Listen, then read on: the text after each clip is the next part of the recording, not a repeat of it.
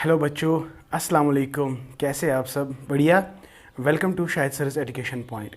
बेटा, बहुत सारे कमेंट्स मुझे मिले, सर हमें एजुकेशन के रिलेटेड जो आपका इश्यूज़ एंड ट्रेंड्स का जो पेपर है उसके रिलेटेड कुछ इंपॉर्टेंट क्वेश्चन दो। बेटा, आज हम वही डिस्कस करने वाले हैं। It will take just 2-3 minutes to discuss. But बेटा, before I discuss this question with you, जो इंपॉर्टेंट क्वेश्चन मैं आप लोगों के साथ शेयर करूँगा, लेकिन बेटा इन्हीं सारे क्वेश्चन पे आप टोटली डिपेंडेंट ना रहे। तो जो भी मैंने पढ़ा है, जिस तरह से मैंने पढ़ा है और जितना मैंने पढ़ा है, आप उसी सब वीडियोस पे बेटा प्लीज़ एंड प्लीज़ फोकस करें। तो ऐसा ना हो कि बेटा जो मैं यहाँ पे, ये कोई गारंटी नहीं है कि मैंने ये सारे क्वेश्चंस लिखे हैं तो यही डायरेक्टली आपके एग्ज़ाम में आ सकते हैं। तो एग्जामिनर जो है, जो क्वेश्चन सेटर पेपर सेटर जो होता है, वो कोई भी क्वेश्चंस आपको पूछ सकता है। ये कोई गारंटी नहीं है कि जो भी मैंने यहाँ पे लिखा है वहाँ पे वही क्वेश्चन आएगा, लेकिन अपने एक्सपीरियंस के हिसाब से जो हमें इंपॉर्टेंट लगते हैं तो हम वही क्वेश्चंस आपको प्रोवाइड करते हैं। लेकिन बेटा, I request all of you कि खाली इन क्वेश्चंस पे आप डिपेंडेंट ना रहे। जितना मैंने पढ़ा है, अगर आप वाकई मेरे बच्चे हो, वाकई मेरे स्टूडेंट्स हो, अगर मैंने वाकई आपको अच्छे से पढ़ाया है, अगर आप मानते हो कि शायद सर एक अच्छा बेहतरीन तरीके से हमें पढ़ाता है, मेहनत के साथ पढ़ाता है, तो मैं आप लोगों को रिक्वेस्ट करता हूँ कि मेरे जितने भी लेक्चर्स हैं, go through my lectures and prepare your self very well. Okay. बहुत सारे बच्चे हैं जिन्होंने अभी मेरे चैनल को मतलब नहीं देखा है, हाल ही में वो ज्वाइन कर रहे हैं, तो उनके लिए ये बेटर है अगर वो इतने सारे क्वेश्चंस को मतलब याद करते हैं तो उनके लिए ठीक है। लेकिन जो आप लोग मेरे साथ बहुत दिनों से जुड़े हुए, बहुत महीनों से जुड़े हुए हैं, तो आपके लिए रिक्वेस्ट है बेटा, आप सभी वीडियोस को देखो और अच्छे से प्रिपेयर करो। आपको खाली यहाँ पे प्रिपेयर नहीं करना है, आपको आगे भी इस सब्जेक्ट को प्रिपेयर करना है। बहुत सारे बच्चे इस सब्जेक्ट में जाना चाहते हैं, तो जो इस सब्जेक्ट को अपनाना चाहता है तो इसको गेस्ट पे मतलब डिपेंडेंट नहीं रहना है, उसको सारे क्वेश्चंस मतलब अच्छे से क्या समझने हैं और याद रखने हैं। तो चलते बेटा, without any delay, without wasting your precious time, तो we are going to start I am going to share with you some important questions that are very important from the examination point of view.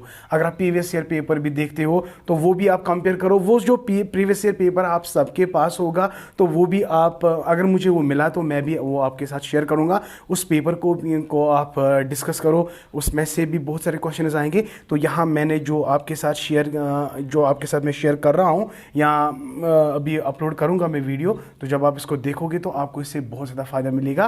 तो इसमें maximum chances है कि ये question ज़रूर आएंगे। तो चलते बेटा स्टार्ट करते हैं। तो पहले कुछ क्वेश्चंस मैंने वेरी शॉर्ट आंसर लिखे हैं और कुछ मैंने लॉन्ग आंसर लिखे हैं। आपका जो पेपर पैटर्न है, आपको तो अल्हम्दुलिल्लाह पता है कि आपके 3 सेक्शंस हैं। एक सेक्शन है जिसमें आपको खाली वेरी शॉर्ट आंसर आएंगे। तो वेरी शॉर्ट आंसर का मतलब है आपको खाली 20 वर्ड्स का लिखना है। हाँ, अगर वहाँ पे क्वेश्चन ऐसे आएगा कि आपको खाली एनलिस्ट करना है, ऑब्जेक्टिव्स लिखने हैं सेकेंडरी एजुकेशन के, आपको खाली वो नाम याद रखने हैं, लिस्ट करना है, आपको एक्सप्लेन करने की जरूरत नहीं है, क्योंकि क्वेश्चन जो है वो वेरी शॉर्ट आंसर है। अगर यही क्वेश्चन आया एनलिस्ट द ऑब्जेक्टिव्स, फिर आपको, अगर वो लॉन्ग आंसर आया, आपको बहुत ज़्यादा एक्सप्लेन करना है। इट डिपेंड्स कि क्वेश्चन कैसे आता है। तो पहले क्वेश्चन को समझो, क्वेश्चन डिमांड क्या करता है, तो अकॉर्डिंगली आपको क्वेश्चन को राइट करना है। ठीक है। अननेसेसरली अगर आप क्वेश्चन को लिखते हो तो गुस्सा आता है पेपर सेटर को भी, जो इवेलुएटर होता है, वो क्वेश्चन कुछ होता है, 2 मार्क का क्वेश्चन है तो आपने 1 पेज भर के मतलब लिखा है। What is the fun that? Okay, जो क्वेश्चन डिमांड करता है वही लिखो। ये ज़रूरी नहीं है कि question number 1 very short answer है तो आपको खाली 20 वर्ड्स में लिखना है, 2 लाइन्स है, 3 लाइन्स में आएगा, मामला ख़त्म। ओके, तो चलते बेटा स्टार्ट करते। तो सबसे पहला जो मैंने आपको यहाँ पे लिया है, तो हर किसी यूनिट में आपको वेरी शॉर्ट आंसर में 2-2 क्वेश्चन आएंगे। हर किसी यूनिट में 2-2 क्वेश्चन आएंगे। और लॉन्ग आंसर, जो वेरी शॉर्ट आंसर है जो थोड़ा बहुत बड़ा है, तो 4 यूनिट्स में से 4 क्वेश्चन आएंगे। हर एक क्वेश्चन में आपको इंटरनल चॉइसेस मिलेंगी।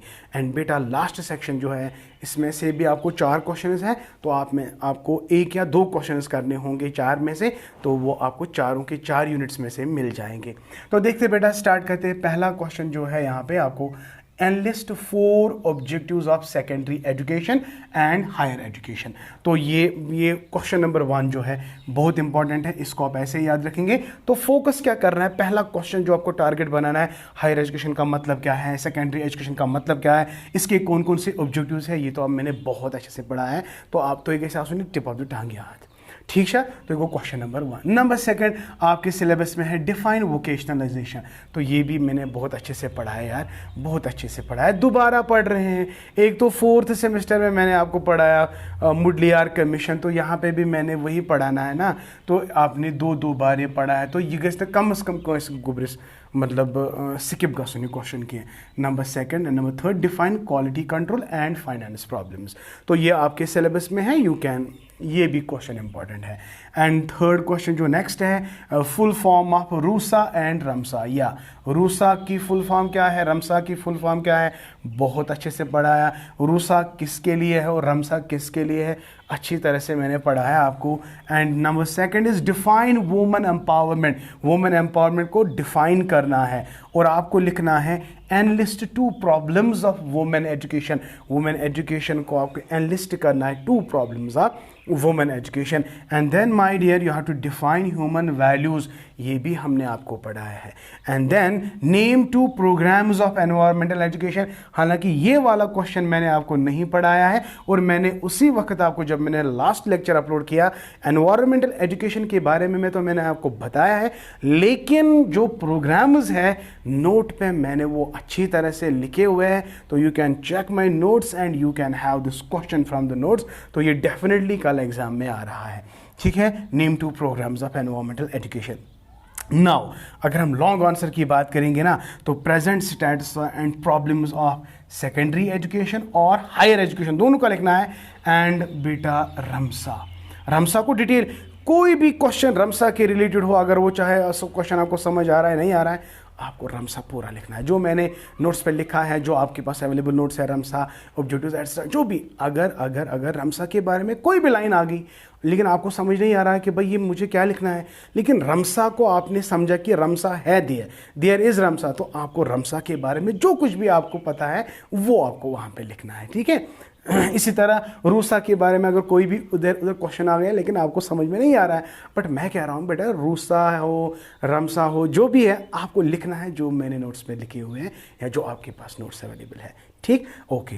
Number 2 is need and importance of women education और वुमेन एम्पावरमेंट। इसमें सब कुछ आएगा। वुमेन एजुकेशन को आपको अच्छे से पढ़ना है, चाहे वो प्रॉब्लम्स है, चाहे वो नीड है, इंपॉर्टेंस है, या रेमेडियल मेजर्स है, वो सब कुछ आपको पढ़ना है। और एजुकेशन एज ए टूल अगर हम बात करेंगे, किस तरह एजुकेशन चेंज कर सकता है वुमेन यानी how education can empower the women, तो ये आपको लिखना है, ये बहुत इंपॉर्टेंट है।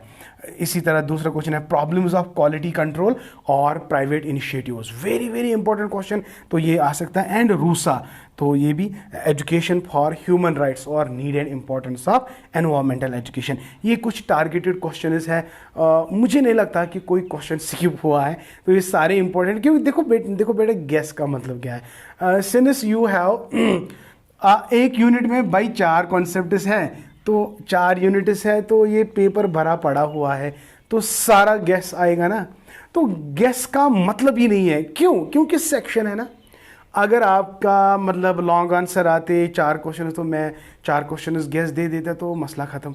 लेकिन यहाँ पे आपको अलग से वेरी शॉर्ट आंसर, इसके अलग से 8 क्वेश्चन दो, फिर लॉन्ग आंसर उसके अलग से क्वेश्चन दो, फिर वेरी शॉर्ट आंसर उसके अलग से क्वेश्चन दो। इससे आपको लगता है कि ये पूरा का पूरा सिलेबस दे रहा है, तो नहीं माय डियर, बहुत सारे क्वेश्चन हैं जिनको हमने स्किप किया है, लेकिन इन पर अगर आप नज़र दोगे, इनको अगर आप फोकस करोगे, तो इंशाल्लाह आपका पेपर बहुत ज़्यादा अच्छा होगा। मुझे उम्मीद है कि बेटा आप लोग बहुत अच्छे से प्रिपेयर कर रहे हो और आपका पेपर बहुत अच्छा होने वाला है, क्योंकि आपका पहला ही पेपर है एजुकेशन का। तो I wish you all the best my dear, मेरी दुआएं आपके साथ है और आप भी मेरे लिए दुआ करते रहें, ठीक है। तो अभी आपका एग्ज़ाम आने वाला है, तो इंशाल्लाह बी प्रिपेयर फॉर दैट। और हाँ माय डियर, और एक बात जो हम आपके साथ करना चाहते हैं, अभी बहुत सारे पेपर्स पेंडिंग है, उनका सिलेबस अभी पेंडिंग है, तो कल से इंशाल्लाह कंटिन्यूसली क्लासेस होंगे, तो आप भी मेरे लिए दुआएं करें। तो अगर आप अभी भी चाहते हो कि आपको नोट्स नहीं मिले हैं, तो डिस्क्रिप्शन में हम लिंक दे देते हैं, तो you can buy my notes. Thank you, may Allah bless you. और हाँ, आखिरी बात जो है, तो मेरे वीडियो को ज़्यादा से ज़्यादा शेयर करो,